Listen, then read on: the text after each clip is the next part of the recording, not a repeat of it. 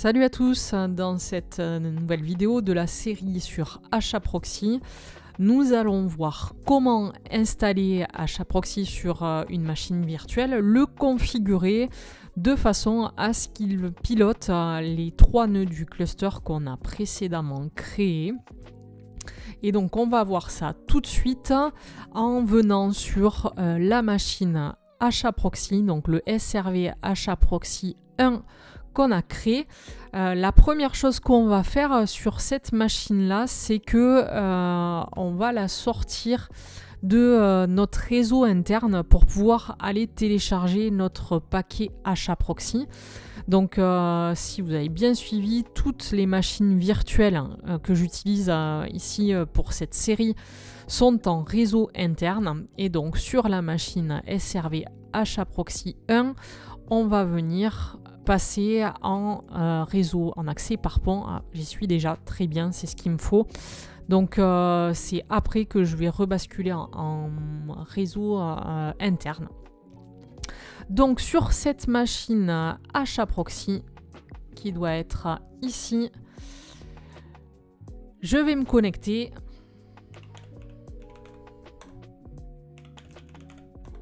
Je passe en super utilisateur.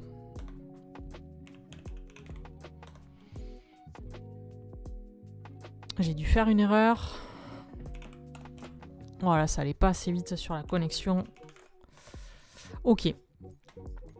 Alors, sur cette machine HAProxy, je vais venir installer donc le paquet HAProxy.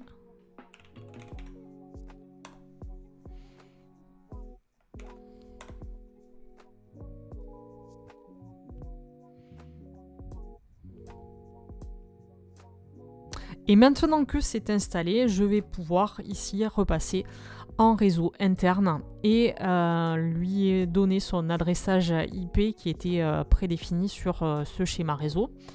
Donc on y va pour cette manipulation. Je passe tout d'abord en réseau interne. Et je vais venir modifier le fichier etc Network Interfaces.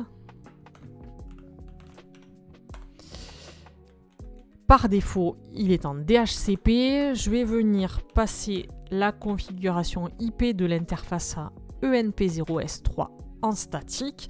Son adresse, ça sera 10.0.0.8 avec un masque /8, donc un masque de 1 fois 255. Voilà, je vais faire un if down pour éteindre mon interface et un if up pour la réactiver avec, si tout va bien, l'adresse IP qu'on vient de définir, et c'est le cas. On voit ENP0S3 sur cette ligne là, et on voit l'adresse ici en 10.0.0.8. Ok, maintenant on va faire une petite modification pour que je puisse me connecter en SSH sur cette machine avec l'utilisateur root. Donc c'est pas non plus ce qui est le plus sécure, c'est ce que je vous avais dit déjà précédemment, mais bon, ici on est sur une démo, c'est pas ce qui nous intéresse, la sécurité. Donc là je viens repérer la ligne permit root login, je passe le paramètre à yes, j'enregistre, et bien sûr vu que je viens de modifier le fichier, je vais devoir redémarrer le service SSH.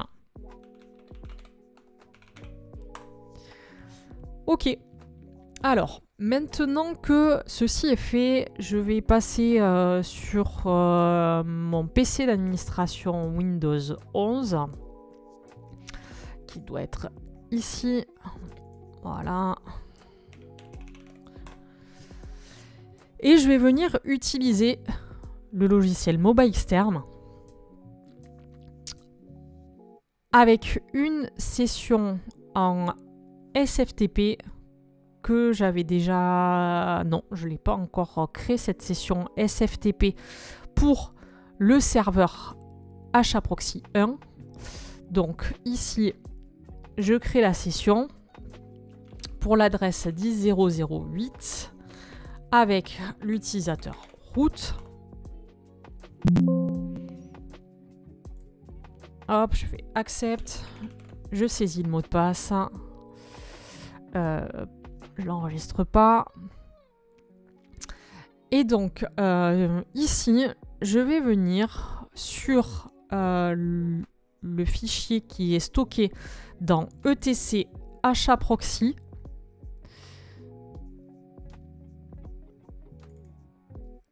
Et qui s'appelle haproxy.cfg. Alors moi j'ai préparé déjà une configuration, je vais juste la copier-coller dedans et je vais vous expliquer ce que je rajoute.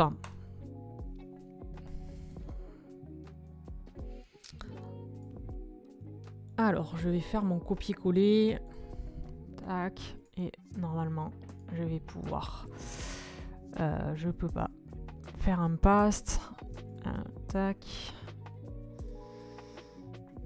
On va voir si je réouvre. Est-ce que il a bien le presse-papier? Oui. Alors je refais.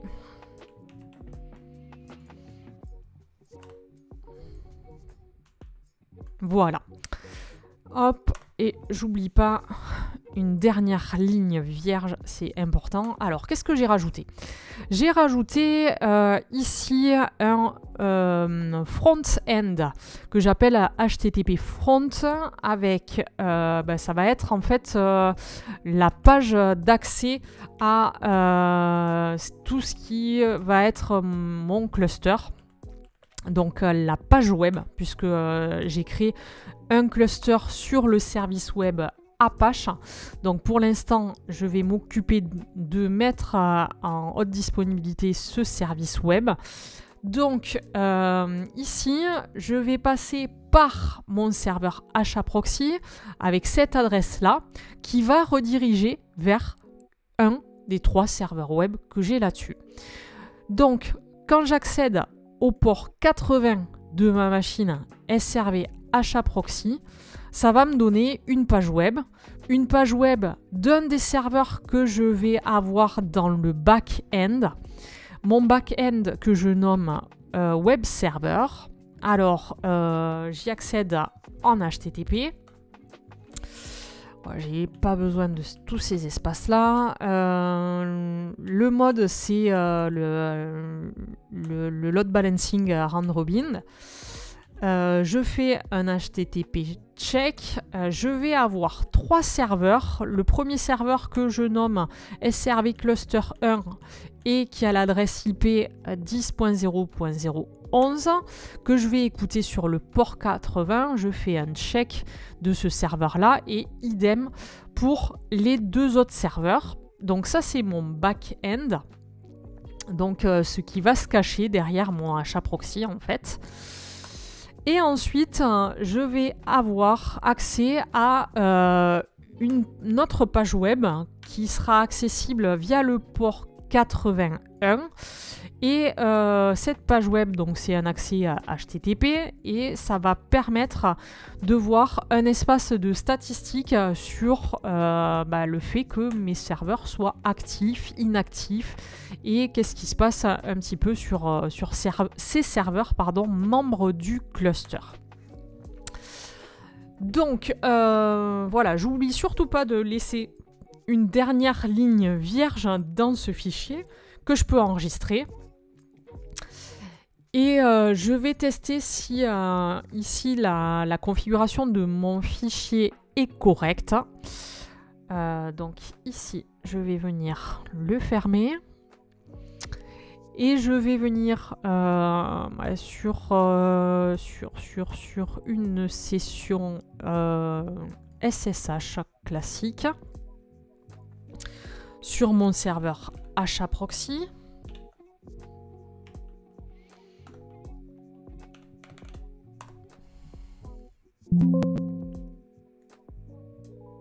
Et donc là, je mets le mot de passe route. Et donc ici, pour vérifier que mon fichier que je viens de modifier est correctement formé, je vais utiliser la commande hproxy-f et je vais mettre le chemin d'accès au fichier. Voilà, et suivi de l'option "-c". Donc ici, on me dit configuration file is valid. Donc c'est bon. Maintenant que je sais que j'ai bien configuré mon hproxy, je vais pouvoir démarrer mon service. Donc je fais un start de ce service hproxy.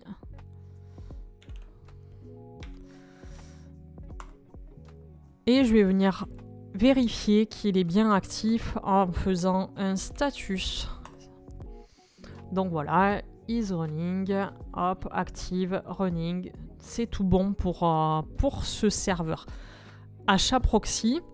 Et donc maintenant, je vais m'assurer que le load balancing est bien actif sur les 3 serveurs qui hébergent le service web.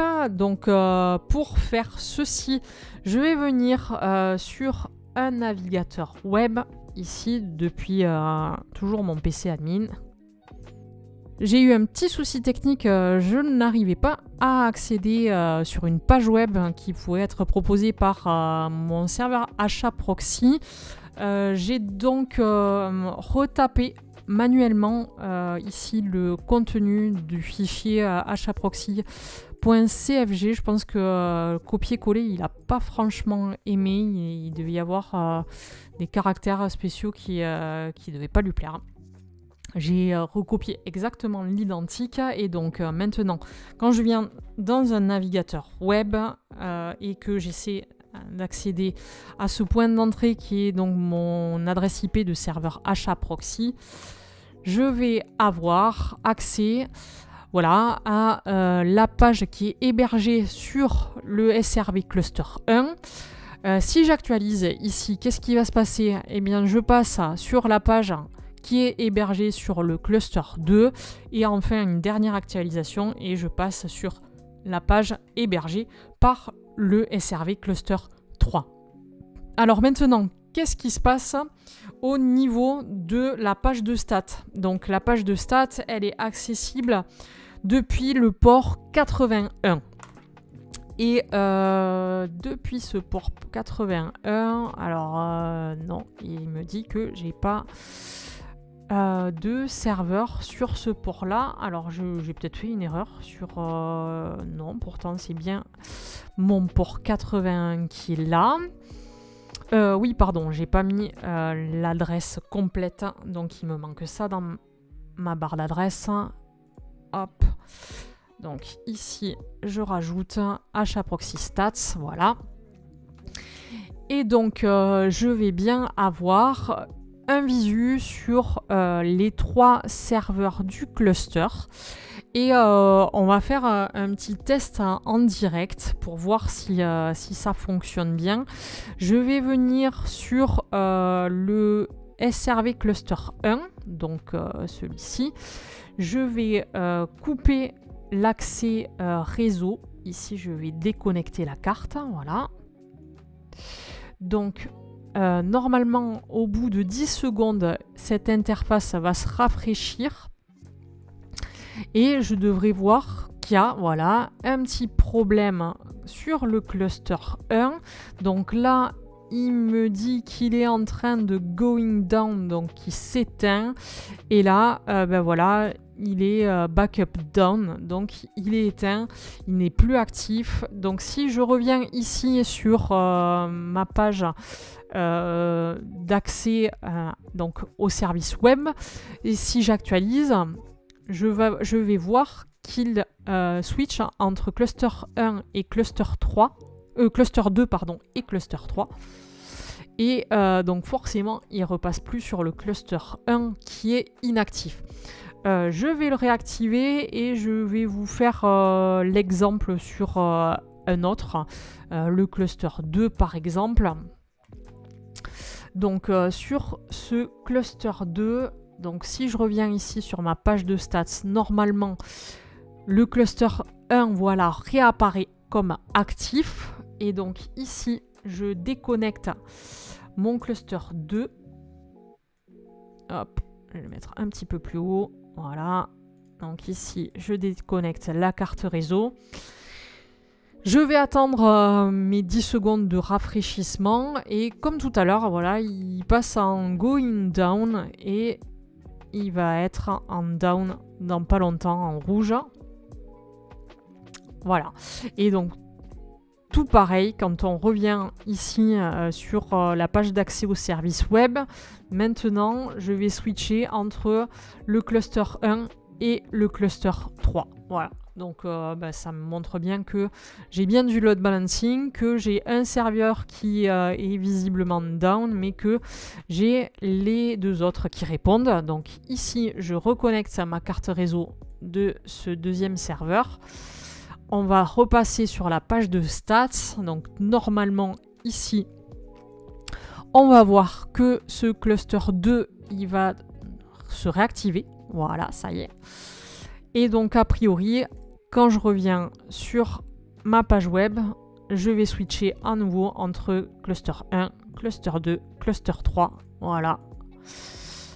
Donc ça y est, là, j'ai réglé mon load balancing de service web et on va s'attaquer maintenant à la partie load balancing du service de base de données. Pour faire cela, on va commencer par se rendre sur chacune des machines membres du cluster, donc SRV cluster 1, cluster 2 et cluster 3. On va se connecter en SSH sur chacun de ces nœuds. Donc voilà, on va commencer par aller sur Mobile Eastern et donc ouvrir des sessions SSH. Alors pour la 11, je l'ai déjà, donc je vais l'ouvrir pour la 12 avec à chaque fois l'utilisateur root.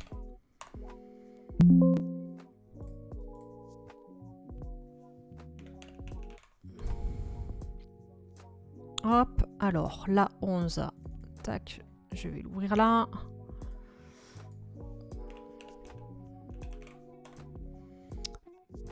Je crois que j'ai fourché sur le mot de passe, oui.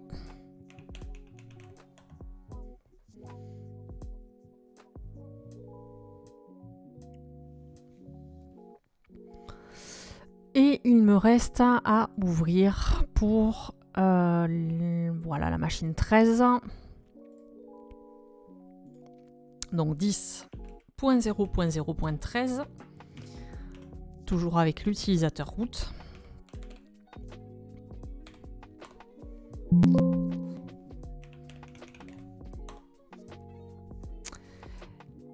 Et donc, vu qu'on va s'attaquer au service de base de données et qu'on va venir faire des petites modifications sur ce service-là, on va commencer par l'arrêter sur chacun des nœuds. Donc ici, on vient faire un stop de MariaDB Service. Voilà, sur le point 11, sur le point 12.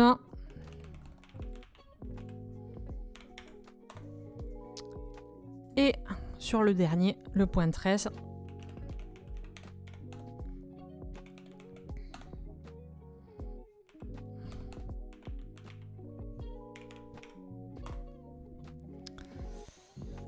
Ok, maintenant que ceci est fait, on va venir sur chacune des machines du cluster pour éditer un fichier en particulier. Donc c'est parti, j'ouvre des connexions SFTP sur chacun des nœuds. Je vais me placer à la racine à chaque fois et je viendrai ensuite dans le bon répertoire.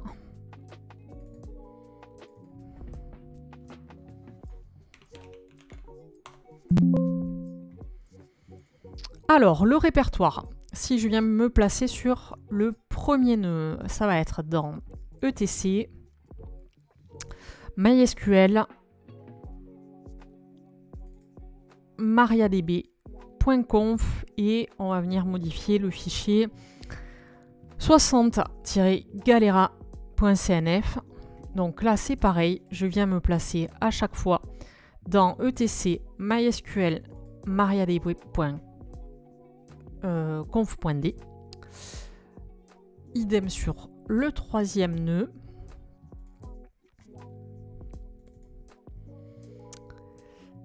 Et donc, je commence par éditer ce fichier sur le premier nœud. Alors, je prends l'éditeur de MobiXterm. Et ce que je vais venir faire sur ce fichier, alors, ça va être déjà de décommenter un certain nombre de lignes. Donc ici, wsrep on, je décommente. Le cluster name aussi. Les cluster adresses aussi. Et je vais venir indiquer la liste des adresses qui forment mon cluster, à savoir la 10.0.0.11, suivie d'une virgule, puis la deuxième adresse 10.0.0.12, à nouveau une virgule, et la 10.0.0.13. Le binlog format, on laisse raw, default storage engine, on laisse aussi celui par défaut, et InnoDB, on laisse aussi ce qui est par défaut, et on vient enfin décommenter la ligne bind address. Je vais rajouter une ligne supplémentaire, voilà, après le wsrep on, ça va être le wsrep provider. Donc ici, ça va être un chemin d'accès que je vais préciser. Ce chemin d'accès, ça va être usr lib galera et lib galera underscore smm. Il me manque le s, voilà, .so. Maintenant que mon fichier est prêt, déjà sur le premier nœud, je vais l'enregistrer. Je vais venir copier tout ça, puisqu'en fait, il va falloir faire la même chose sur les deux autres nœuds du cluster. Donc, je ferme ce premier fichier qui est enregistré. Je vois la date d'enregistrement, hein, si on veut vraiment faire attention à ce qui a été modifié et quand. Je vais venir ici modifier ce même fichier, mais cette fois-ci sur mon deuxième nœud. J'enregistre. Je ferme le fichier à chaque fois pour pas me mélanger les pinceaux. Et ici, sur le troisième nœud maintenant,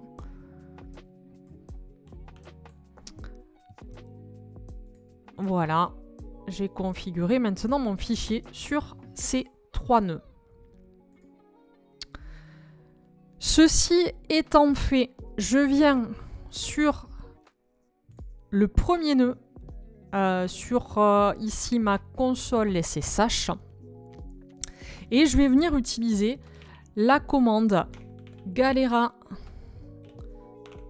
new cluster pour démarrer le cluster de base de données sur tous les nœuds. Et maintenant que ceci est fait, je vais redémarrer le service à MariaDB sur mes trois nœuds. Donc, sur le premier, c'est fait.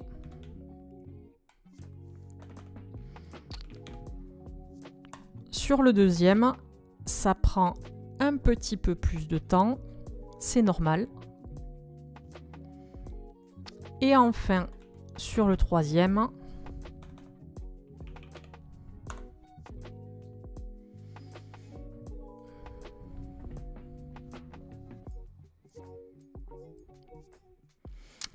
alors, maintenant, je reviens sur le premier nœud. Et pour être sûr que mon cluster est bien actif sur les 3 nœuds, je vais venir dans un shell MariaDB. Donc je répète, je suis sur le premier nœud et je vais taper la commande showStatus like wsrep cluster size. Donc ça va me donner la taille du cluster si je traduis. Et si c'est tout bon, voilà, ça nous donne 3. Donc on a bien 3 machines qui sont en place dans notre cluster. Alors, tant que je suis sur ce premier nœud du cluster et dans un shell MariaDB, je vais venir créer un utilisateur qui va me servir à venir checker en fait l'état de chacun des nœuds MariaDB. Donc je fais un create user. Là l'idée c'est qu'on va utiliser un nom d'utilisateur qui devrait pas être facilement identifiable pour pas venir se faire pirater. Bon, nous ici on va utiliser un truc assez simple. On va mettre hproxy underscore cluster, ça va être notre nom d'utilisateur.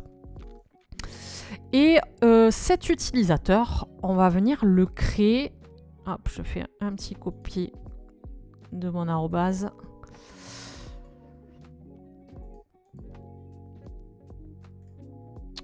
Et je disais qu'on allait venir le créer sur l'adresse IP de notre serveur hproxy.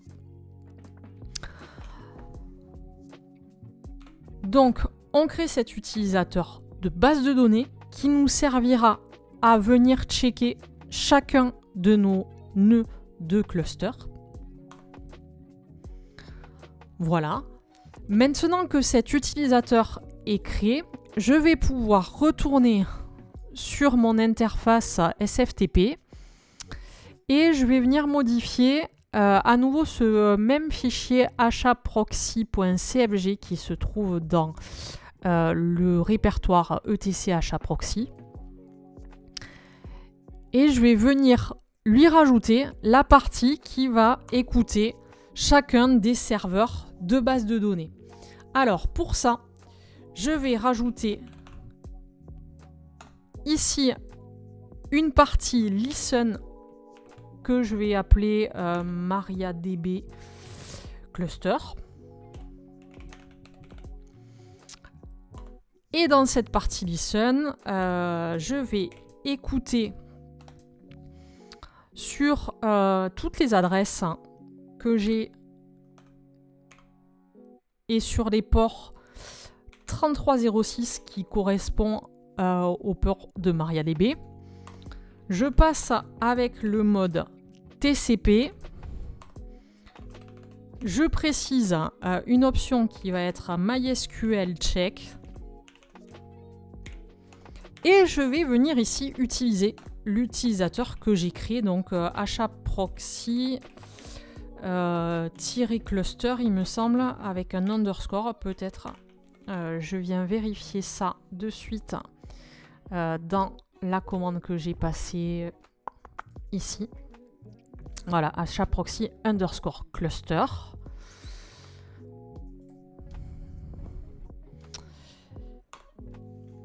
Le mode ici de balancing, c'est toujours comme tout à l'heure le round robin.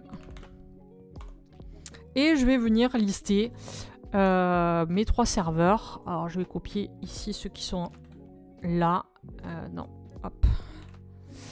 Tac. Je vais les coller. Et ce qui va changer ici, ça va être le port qui va être le 3306.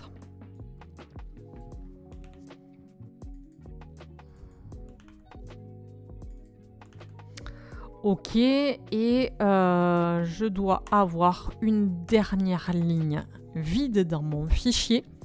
Ok, ça c'est bon. J'enregistre ce fichier-là. Je viens maintenant vérifier que ce fichier est correctement formé. Je dois avoir la commande peut-être quelque part par là. Voilà, ici. Alors, j'ai un warning, mais on me dit configuration file is valid. Donc, ça, c'est bon. Et je vais pouvoir redémarrer mon service HAProxy.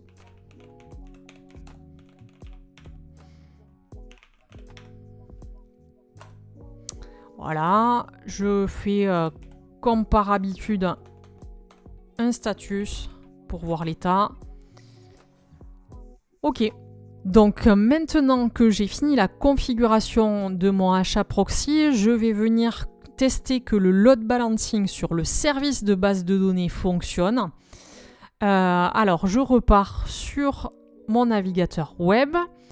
Ça s'est actualisé, donc je vois qu'ici maintenant j'ai une nouvelle rubrique MariaDB Cluster avec mes 3 serveurs. Donc je vais, pour tester ça, venir, ça je peux le fermer, tac, sur le logiciel dbeaver. Alors je vais déconnecter ce qui connecte par défaut au démarrage, hop. Et ici, je vais créer une nouvelle connexion. Donc, toujours une connexion MariaDB. Mais comme adresse, je vais utiliser l'adresse de mon serveur HAProxy, qui va être en fait maintenant le point d'entrée de mon service de base de données. On y va avec l'utilisateur... non, pardon, pas de database. Le nom d'utilisateur root. Son mot de passe que je viens de taper ici. Je vais faire reconnect. Non, je vais venir cliquer là-dessus plutôt, double-cliquer.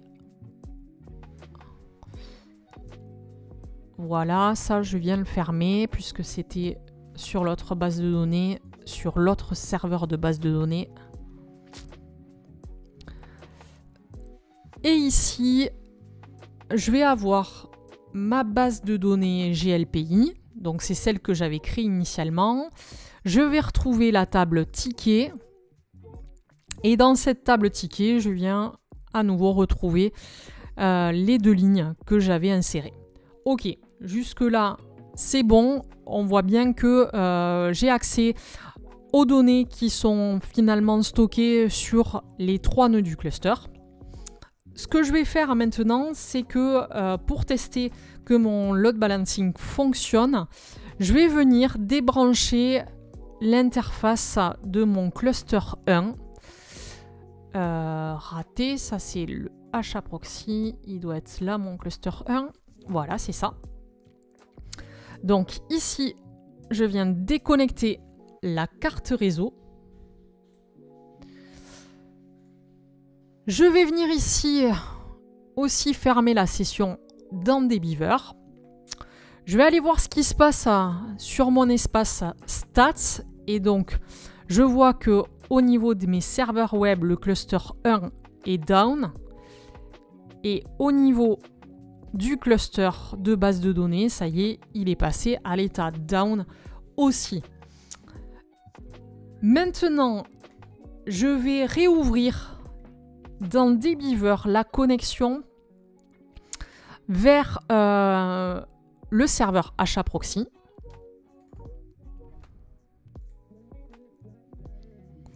Hop, ma connexion est ouverte. Je suis toujours sur la table ticket et je vais venir rajouter une ligne.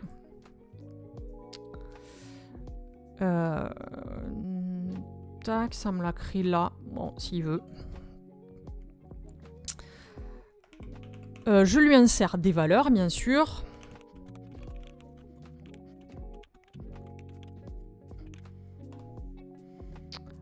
Ok, et j'enregistre ma ligne. Alors...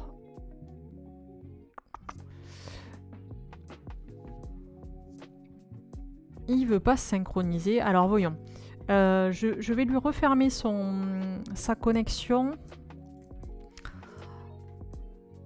Hop.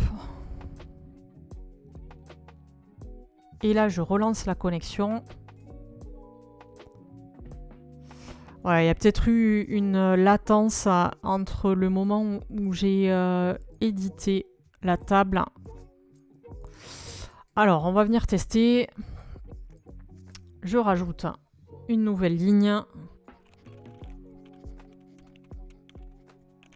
Ok, je sauve la ligne. Alors, qu'est-ce qu'il me dit? J'ai fait une erreur sur le datetime. Ok. Alors, qu'est-ce qui lui plaît pas? Oui, il y a un espace en trop. Hop. Ici. Tac. On y va. Ok. Donc voilà, ça me l'a bien enregistré. Et vous voyez, ça me l'a enregistré avec l'ID 4. Donc ça prouve bien qu'il y a eu un petit couac sur l'ID 3 tout à l'heure. Sinon, il me l'aurait enregistré avec l'ID 3. Alors, maintenant, ce que je vais faire, c'est que je vais reconnecter la carte réseau de mon cluster 1.